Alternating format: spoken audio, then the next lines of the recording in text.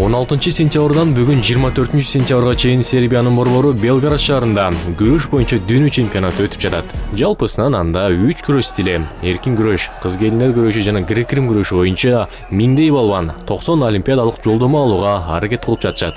3 күрөш стили боюнча 6 олимпиадалык салмак категориясынын ар биринде 5 орунга жолдомо берилет. Буга Кыргызстандын намысын коргоп 17 балбан барган.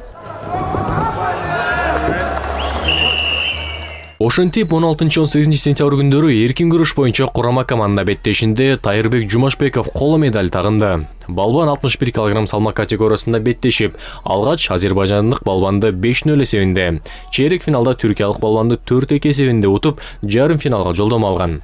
Ал эми жарым финалда АКШ балбаны Виталий Аруджау менен күч сынашып жеңилген. Коло байге үчүн күрөштө Тайырбек Жумашбек уулу япониялык балбанды 2-1 эсебинде жеңип, 3-орунду ээледи.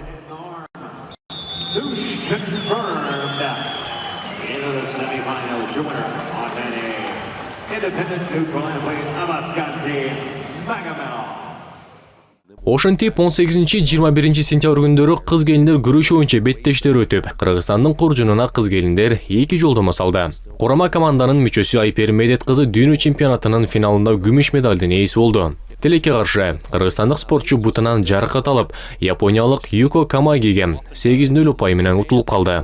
Бул экөө өткөн жылы Азия чемпионатынын финалында дагы жолуккан. Анда Айпери утуп чемпион болгон. Айпери Медет кызы буга чейинки айлампаларда таңдаштарынан бир да упай бербей утуп чыккан. Алгачкы күрөшүндө румыниялык Каталина Аксентени 11-0, белорустук Анастасия Зимакованы 10-0, канадалык Джассина Ди Стасиону 11-0 эсеби менен жеңген.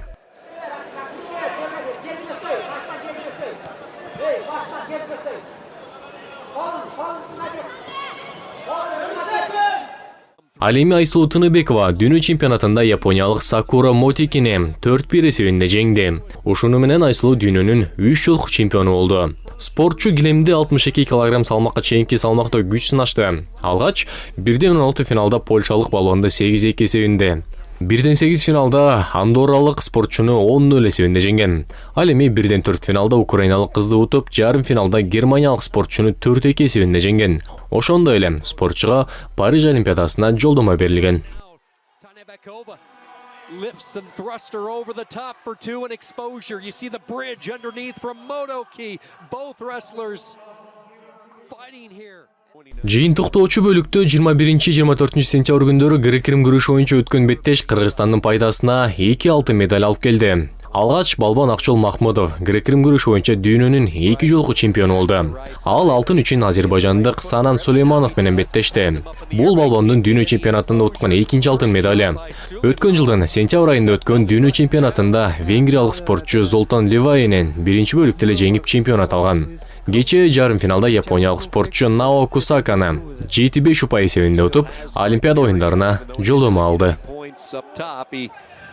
Still has that last point score, the passivity point in this second period. And now we see Suleymanov goes almost banging down in the mat. Let's go, let's go. Кечээ 23 сентябрь түндө балбан Жолман Шаршенбеков Белграддагы дүйнө чемпионатында финалда япониялык спортчу Кеничиро Фумитаны 11-6 эсеби менен утту. Ошентип ал дүйнөнүн 2 жолку чемпионат алды. Муну менен Жолман кийинки жылы Парижде өтөрчү Олимпиада оюндарына жолдомо алды. Чемпионатка Шаршенбеков 60 кг чейинки салмак ченинде катышты. 1-16 финалда боливиялык балбанды 12 эсебинде, 1-8 финалда грузиялык атлетти 9-0 менен, 1-4 финалда өзбекстандык спортчуну 10-0 эсебинде артта калтырды. Жарым финалда ирандык балбанды утуп, алтынга күрөшүү мүмкүнчүлүгүн алган. Белгилей кетсек, Жолман Шаршенбеков 2022 жылы Белград шаарында өткөн дүйнө чемпионатында алтын медаль тагынган.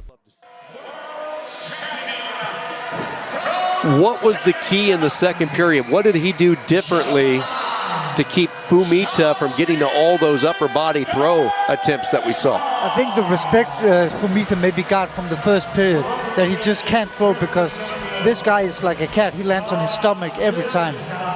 So it was more Fumita changing up his course of an approach. Парижге жолдомону жеке эле күрөштөн эмес, сууда сүзүү боюнча Денис Петрашов да алды. Сууда сүзүү боюнча улуттук курама команданын мүчөсү Денис Петрашов 2024-жылы Парижде өтө турган жайкы Олимпиада оюндарына лицензия алды. Бул жолдомосун спортчу Японияда өткөн сууда сүзүү боюнча дүйнө чемпионатынын жыйынтыгы менен алганы белгилүү болду. Белгилей кетсек, Денис Петрашов 2016-жылы Рио жайкы Олимпиадасына жана 2021-жылы Токио Олимпиадасына катышкан.